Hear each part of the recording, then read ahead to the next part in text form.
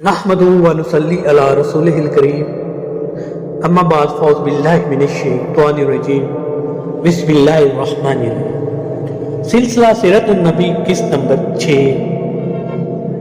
जैसा कि पिछली किस्त में मैंने आपसे मुलाहिजा फरमाया कि अगली किस्त में हम आपको वाक़या आमुल फील यानी वाक़या असहाबुल फील का जिक्र करेंगे, जिसका हिस्सा नंबर 1 है और कुरानी आयात से शुरू करते हैं। क्या आपने नहीं देखा कि आपके रब ने हाथी वालों के साथ क्या क्या किया? क्या उसने उनकी तदबीर को नामुराद नहीं बना दिया?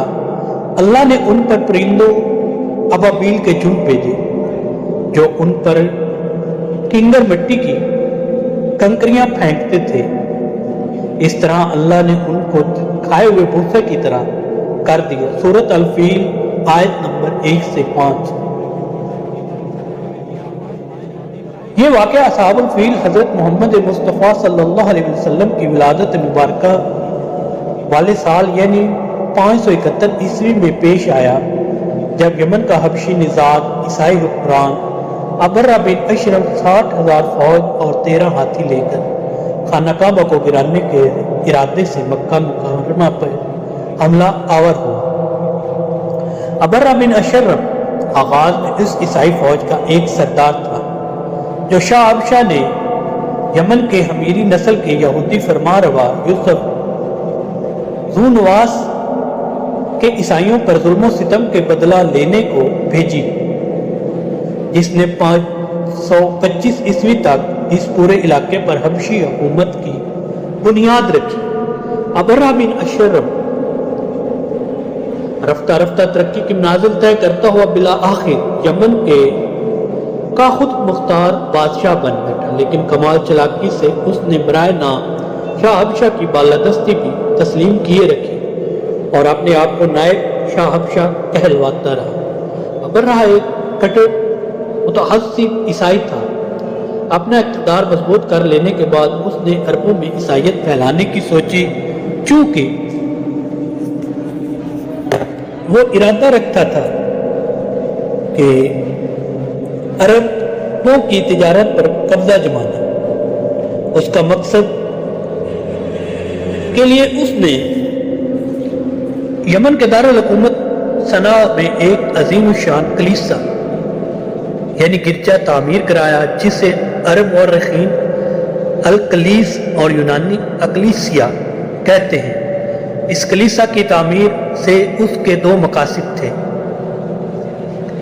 एक तो ईसाइयत की तबलीग करके अरबों के हज का रुख काबा से अपनी कलीसा की तरफ मोड़ना था, नाउज़ बिल्लाह।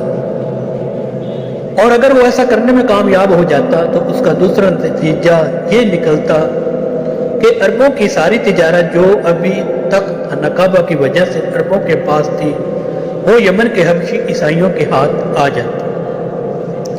अबर्रा ने पहले शाह हबशा को अपने इस इरादे की इतला दी और फिर यमन में अलल इलान मनाती करा दी कि मैं अरबों का हज खाना काबा से अकलीसा की तरफ मोड़े बगैर नहीं रहूंगी। उसके इस ऐलान पर गज़बनाक होकर एक अरब हजाजी ने किसी न किसी तरह अबर्रा के गिरजा में घुसकर रफ़ा हाजत कर डाली। अपने कलीसा की इस तौहीन पर अबर्रा ने कसम खाई कि मैं उस वक्त तक चैन से नहीं बैठूंगा जब तक काबा को गिरा नहीं। नाउज़ बिल्लाह, नाउज़ बिल्लाह, नाउज़ बिल्लाह। उसके बाद सन 570 ईस्वी के आखिर में वो 60,000 फौज और 13 जसीम हाथी लेकर यमन से मक्का पर हमला आवर होने के इरादे से निकला। रास्ते में 2 अरब सरदारों ने उसका मुकाबला करने की कोशिश की, मगर शिकस्त खाई और अबर्रा किसी तूफान की तरह मक्का के बज़ाफ़ाती मकाम अल-मख़मस में पहुंच गया। यहाँ अबर्रा के लश्कर ने पड़ाव डाला, जबकि चंद दस्तों ने उसके ऊपर मक्का के करीब में लूट मार की और अहले तहामा और कुरैश के बहुत से मवेशी भी लूट लिए गए, जिनमें मक्का के सरदार और आप सल्लल्लाहु अलैहि वसल्लम के दादा हजरत मुतलिब बिन हाशिम के 200 ऊंट भी थे। इसके बाद अबर्रा ने एक अलीची मक्का के सरदार हजरत अब्दुल मुतलिब के पास भेजा اور اس کے ذریعے اہل مکہ کو پیغام دیا کہ میں تم سے لڑنے نہیں آیا ہوں بلکہ اس گھر کعبہ کو گرانے آیا ہوں، اگر تم نہ لڑو تو میں تمہاری جان و مال سے کوئی تعرض نہ کروں گا۔ حضرت عبد المطلب نے جواب دیا، ہم میں ابرہ سے لڑنے کی طاقت نہیں ہے، کعبہ اللہ کا گھر ہے، وہ چاہے گا تو اپنے گھر کو بچا لے گا۔ علیچی نے کہا، آپ میرے ساتھ ابرہ کے پاس چلیں، وہ اس پر راضی ہو گئے۔ حضرت عبد المطلب بہت خوبصورت اور شاندار شخصیت کے مالک تھے۔ ابرہ نے ان کی مردانہ وجاہت سے اتنا متاثر ہوا کہ اپنے تخت سے اتر کر ان کے پاس آ کر بیٹھ گیا۔ پھر آپ سے پوچھا، آپ کیا چاہتے ہیں؟ انہوں نے کہا، میرے جو اونٹ آپ کے پاس ہے میں اپنے اونٹوں کی واپسی چاہتا ہوں۔ ابرہ ان کی بات سن کر سخت متعجب ہوا اور کہا، آپ مجھ سے اپنے 200 اونٹ کی واپسی کا مطالبہ کر رہے ہیں مگر اس بیت اللہ کا ذکر نہیں کرتے جو آپ کے اور آپ کے آبا و اجداد کے دین کی بنیاد ہے۔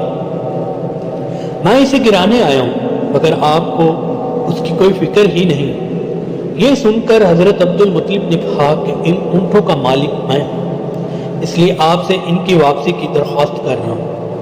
رہا یہ گھر تو اس گھر کا مالک اللہ ہے، وہ اس کی حفاظت خود کرے گا۔